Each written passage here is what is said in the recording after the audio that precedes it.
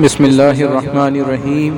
جو قومیں اپنے اساتذہ کا ادب اور احترام کرتی ہیں ہمیشہ کامیابی کے منازل کو طے کرتی ہیں، اور جو قوم اپنے استاد کا ادب اور احترام سے خالی ہوتی ہے ہمیشہ روبہ زوال رہتی ہے، اسے کوئی ترقی نہیں دے سکتا، اس لیے کہ وہ خود ہی اپنے اساتذہ کی رہنمائی سے خالی ہو رہی ہوتی ہے۔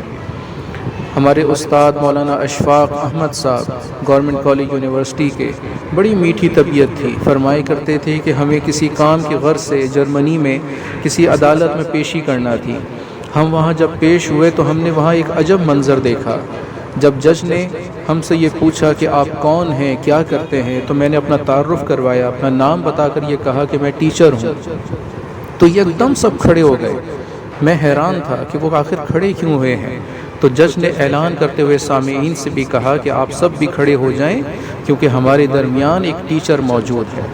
فرماتے ہیں کہ اس وقت مجھے احساس ہوا کہ ٹیچر کا مقام اور منزلت کیا ہے، اور یہ قوم جرمنی کی ترقی کیوں کر رہی ہے کہ اس نے اپنے اساتذہ کا ادب اور احترام کیا ہے۔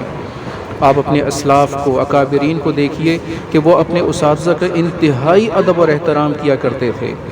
حضرت امام مالک کے شاگرد ہیں حضرت امام شافعی، فرماتے ہیں کہ میں جب اپنے امام مالک استاد کی صحبت میں بیٹھتا تھا تو اپنے آپ کو اتنا مؤدب بنا کر بیٹھتا تھا کہ پانی بھی ان کے روبرو پینا گناہ سمجھتا تھا۔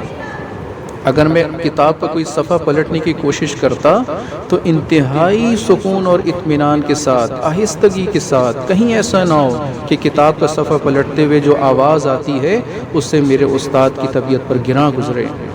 یہ ادب اور احترام تھا۔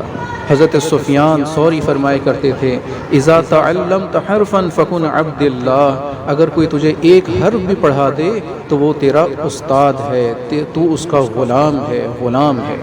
اور اسی طرح کی ایک بات حضرت علی رضی اللہ عنہ سے بھی منقول ہے، فرمایا کرتے تھے کہ اگر کوئی تجھے ایک حرف بھی پڑھا دے تو وہ تیرا استاد اور تو اس کا غلام ہے۔ غلام ہونے کی حیثیت سے اگر وہ تجھے کوئی بیچ دے تو بک جانا۔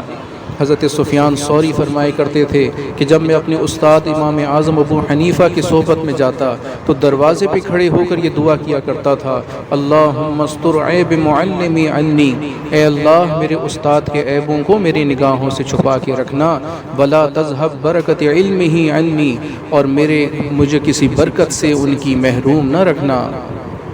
یہ دعا کیا کرتے تھے ہمارے اسلاف۔ یہی وجہ ہے کہ وہ ہمیشہ ترقی کے منازل کو طے کرتے رہے۔